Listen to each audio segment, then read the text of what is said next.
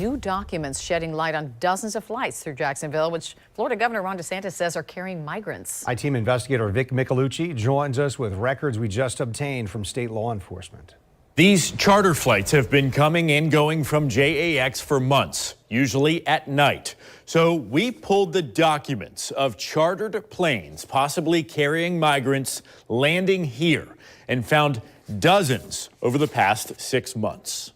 These pictures from local photographer David Rosenblum show a chartered flight offloading migrants into vans and buses at Jacksonville International Airport. It's reckless and it's wrong. Republican Governor Ron DeSantis claims the Biden administration is moving migrants across the country under a veil of secrecy. So these are middle of the night flights, no notification to the state or anybody, and this is not the way you keep people safe. It's reckless and it's wrong. DeSantis says he's working with the legislature to stop these flights, and he points to the case of a Honduran migrant who posed as a teenager at the border and was put on a flight to Jacksonville in August. Police say after arriving, Yeri Medina Ulloa killed a father of 4 in Arlington last month.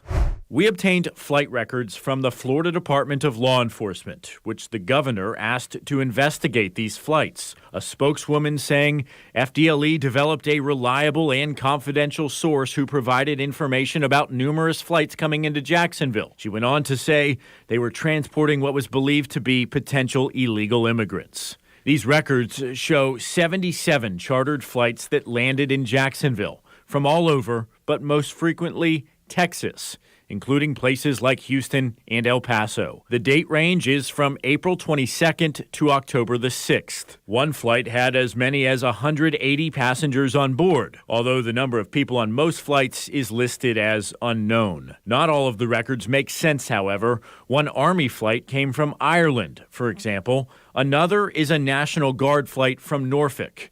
We've asked the state to clarify. It's absolutely unacceptable. It's a complete national security threat, as well as a threat to our local communities if we have no idea who is coming, because quite frankly, there's been no vetting, there's been no identification, and that's a problem. Republican Congresswoman Kat Cammack, who's on the House Homeland Security Committee, says the government is doing this without even briefing lawmakers. So you, as a member of Congress, do not know where these migrants are heading?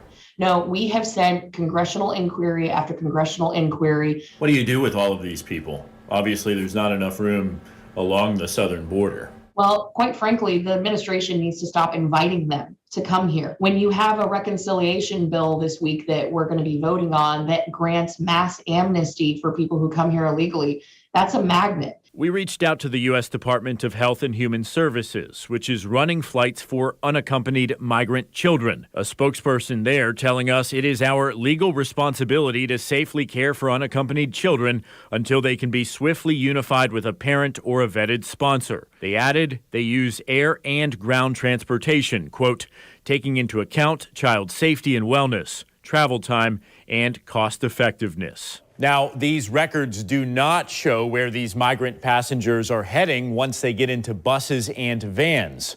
Meanwhile, Florida's Attorney General Ashley Moody has teamed up with the governor to sue the Biden administration, claiming relocating migrants to Florida is illegal. I'm Vic Michelucci, Channel 4, the local station. Thank you, Vic. Now, we've reached out to Congressman Al Lawson, a Democrat, for his take on the flights. He sent us a statement. It reads in part, "These flights allow our country to do what is morally right. We are building an immigration system based on humanity and working to keep families together, process asylum claims quickly, and help unaccompanied minors get placed with loving, caring, and safe relatives as fast as possible." We're also waiting for more detailed documents from the state of Florida.